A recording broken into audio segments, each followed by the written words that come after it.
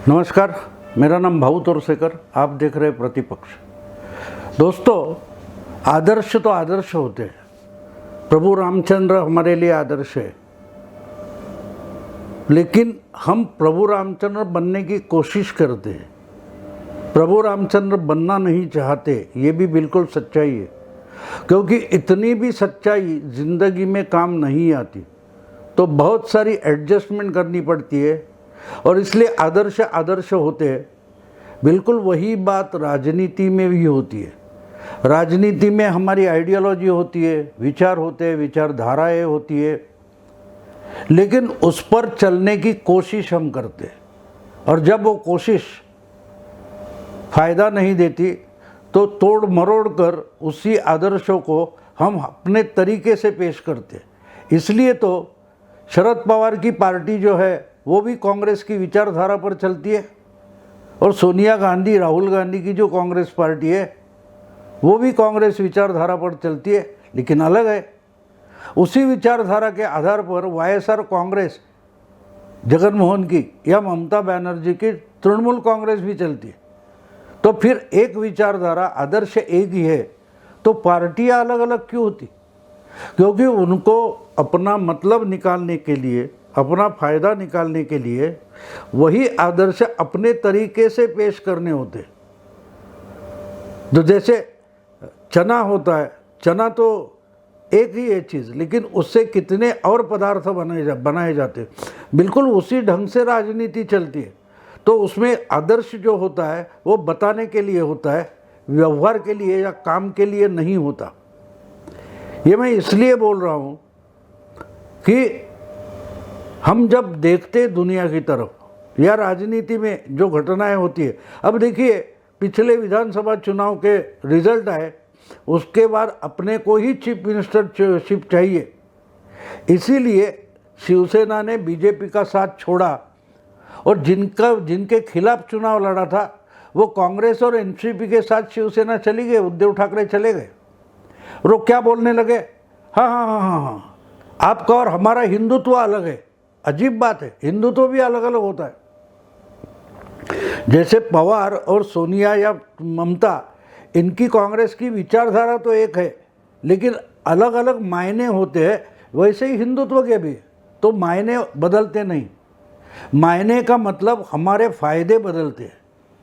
अगर हमको chief minister मिलनी है, दे रहे हो, तो हम कांग्रेस और एनसीपी के साथ चले जाएंगे। तो इस ढंग से ही राजनीति चलती है। हमको अच्छा लगे बुरा लगे वो बात अलग है, लेकिन राजनीति इसी ढंग से चलती है। इसीलिए लोग जब सोचते हैं कि इस राजनीति से हम अपना फायदा कैसे निकालें, कॉमन मैन, रास्ते पर का मतदार जो होता है, वोटर होता है, वो भी अपने तरीके से ये राजनीति देखता है, समझने की कोशिश करता है। बहुत सारे राजनीतिक नेता है, पार्टियां हैं, उनको लगता है कि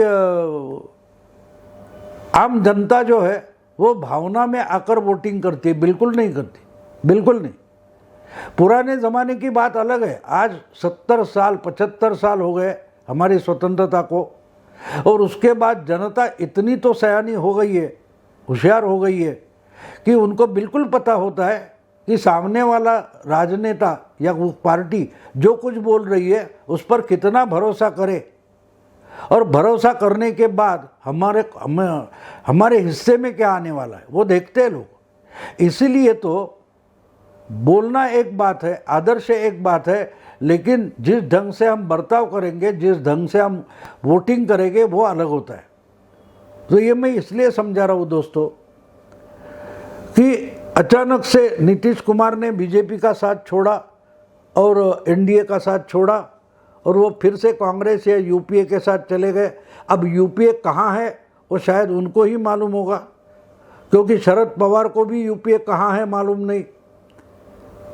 2 महीने 1 महीने पहले देश में राष्ट्रपति का चुनाव हुआ, उपराष्ट्रपति का चुनाव हुआ। उस टाइम में ये यूपीए कहाँ थी? जिस यूपीए ने देश में 10 साल से सत्ता चलाई, सरकार चलाई, वही यूपीए आज कहाँ है उसका किसी को पता नहीं। न कांग्रेस को पता है, न शरद पवार को पता है। शरद पवार तो इसमें मिनिस्टर थे, सोनिया गांधी उसका सूत्र संचालन कर रही थी, और आज किसी को पता नहीं कि यूपीए है कहाँ, फिर भी यूपीए और यूपीए बोला जाता है।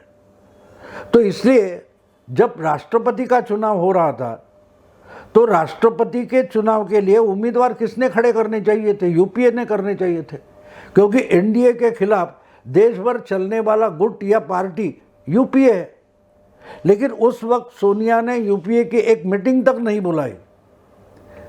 यूपीए और कांग्रेस को अलग रखते हुए शरद पवार ने और दूसरे कुछ छोटी मोटी पार्टियों ने इकट्ठा आकर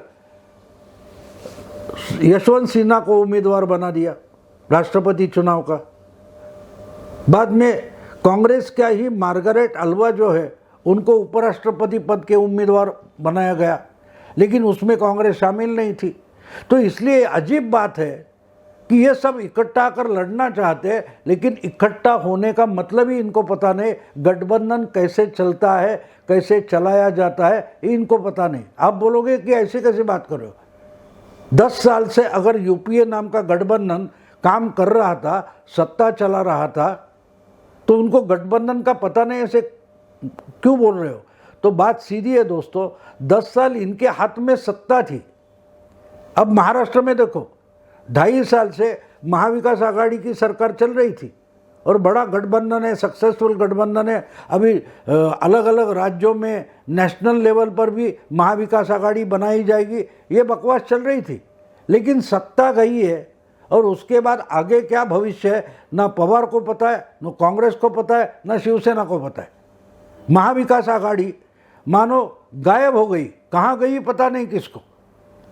अब जबकि बार बार पूछा जा रहा है तो शिंदे और फडणवीस बार बार जवाब दे रहे हैं कि हम अगला हर चुनाव साथ साथ लड़ेंगे, यानी शिंदे की शिवसेना और बीजेपी महाराष्ट्र के हर चुनाव में हाथ से हाथ मिलाकर लड़ेंगे, चलेंगे। लेकिन 2.5 साल से जो सत्ता में बैठे थे वो पूरे बिखर गए। आज भी पूछो तो बोलते अभी सोचना पड़ेगा, अभी तय नहीं हुआ है। यानी फिर 2.5 साल सरकार क्यों चल रही थी? तो उनको सत्ता ने इकट्ठा रखा था, सरकार बनी थी और सरकार की जो सत्ता थी उस सत्ता के कारण ये एक दूसरे से चिपके हुए थे, वो सत्ता चली गई, ये बिखर गए। तो गठबंधन की राजनीति में ये होता है, अगर गठबंधन किसी प्रोग्राम से या विचारधारा से इकट्ठा नहीं हुआ है तो वो सत्ता से इकट्ठा होता है, और जब सत्ता नहीं होती तो बिखर जाता है। यूपीए वैसा गठबंधन था, महाविकास आघाड़ी वैसा गठबंधन था। तो मैं ये सब इसलिए बोल रहा हूँ कि बीच में 2-3 साल अभी हो गए लोकसभा चुनाव के बाद, अलग अलग गठबंधन बनाने की कोशिश हो रही है। चुनाव के पहले हो रही थी, चुनाव के बाद भी हो रही है। कभी ममता का चेहरा आगे लाया जाता है, कभी पवार का चेहरा आगे लाया जाता है, कभी पवार को राष्ट्रपति पद का उम्मीदवार बनाया जाता है। अभी अचानक से नीतीश कुमार ने बीजेपी का साथ छोड़ा, तो ये सब मेंटली हार चुके लोग थे, उनको अचानक से लगने लगा कि हाँ अभी नीतीश कुछ कर सकते। नीतीश क्या कर सकते दोस्तों? और नीतीश आज मैं बोल रहा हूँ, उसी दिन दिल्ली में नीतीश कुमार पवार साहब से मिले, ऐसा फोटो भी आया, चैनल पर भी दिखाया गया, न्यूज़ चैनल पर। तो उससे क्या होगा दोस्तों? ये दोनों मिलकर अभी कुछ मोदी के लिए चैलेंज खड़ा करेंगे, ये बात कहने के लिए अच्छी है, क्या असलियत में हो सकता है? अगर नीतीश ममता ने भी शायद सपोर्ट डिक्लेयर किया है, ठीक है, कोई बात नहीं, लेकिन ममता, पवार या नीतीश, ये तीनों मिलकर या और ऐसे कोई छुटपुट जो है वो मिलकर मोदी के लिए चैलेंज खड़ा कर सकते हैं? वास्तव में खड़ा कर सकते हैं? मुझे नहीं लगता। और मैं इनके खिलाफ हूँ, मेरी सोच इनके खिलाफ है, इसलिए नहीं बोल रहा हूँ।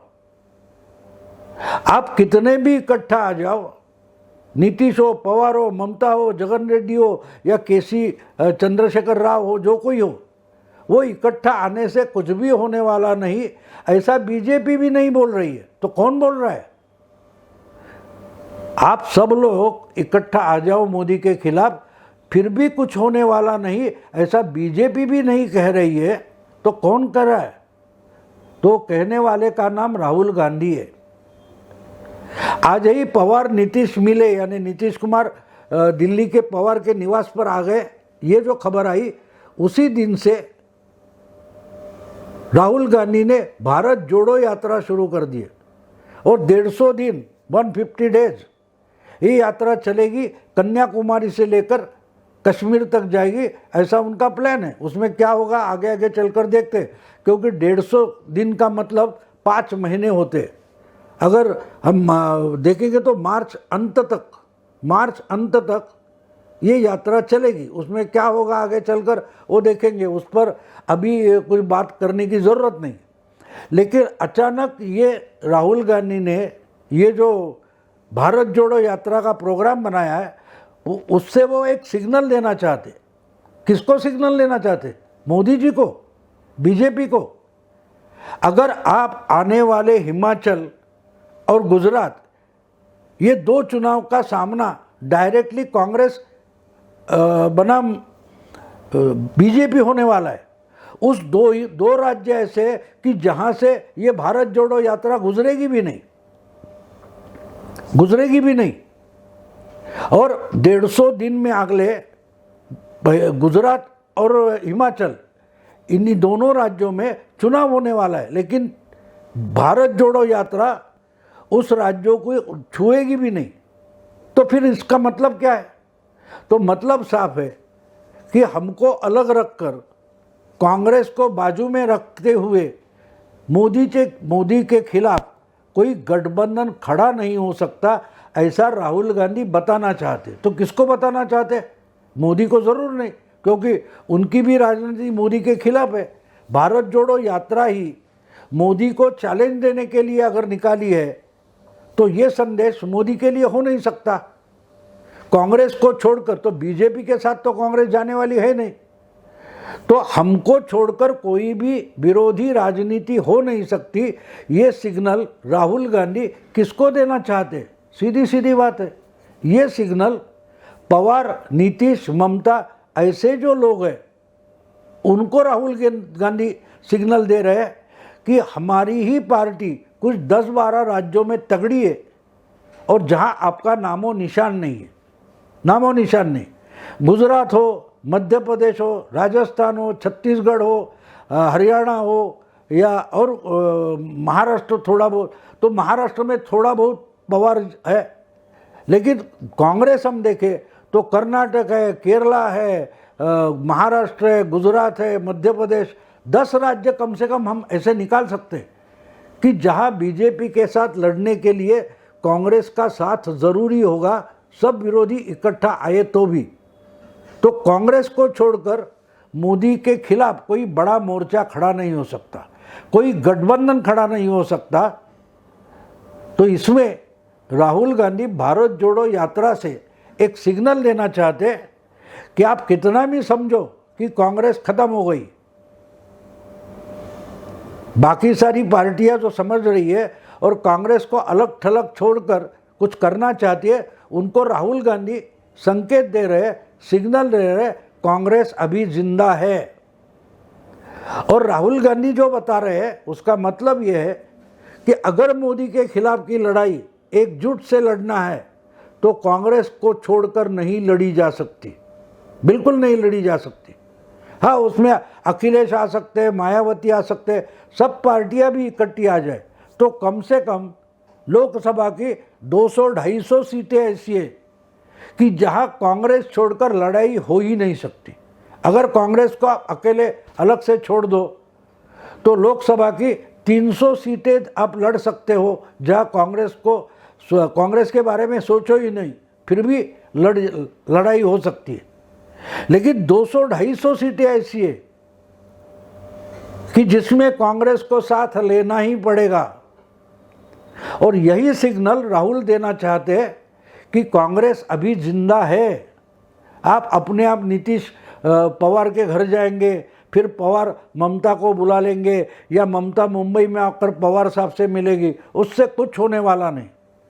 नेशनल लेवल का कोई गठबंधन नहीं हो सकता। और कांग्रेस को साथ लेकर ही आपको जाना पड़ेगा। और इसमें एक बड़ा हिच है, एक बड़ी समस्या है कि कांग्रेस को लेके जाना पड़ेगा, मतलब राहुल को आपको साथ लेना पड़ेगा। अगर आप ऑल इंडिया लेवल पर मोदी को चैलेंज खड़ा करना चाहते तो कांग्रेस नहीं छोड़ सकते, कांग्रेस को साथ लेना पड़ेगा। और कांग्रेस का मतलब ही राहुल गांधी है। और राहुल गांधी का मतलब पार्टी और पार्टी का नेता इतना ही नहीं होता। राहुल गांधी जो भी मजाक करेंगे, बकवास करेंगे, उसका भी समर्थन करना पड़ेगा। आपको याद दिला दूं, मेरा ख्याल है नोटबंदी के समय की बात होगी शायद, तो उस वक्त सब अपोजिशन मिलकर राष्ट्रपति के पास जाने वाले थे, राष्ट्रपति से मिलने वाले थे। तो उस वक्त अचानक राहुल गांधी ने तय किया कि कांग्रेस के कुछ एमपी लेकर वो प्रधानमंत्री से मिलेंगे।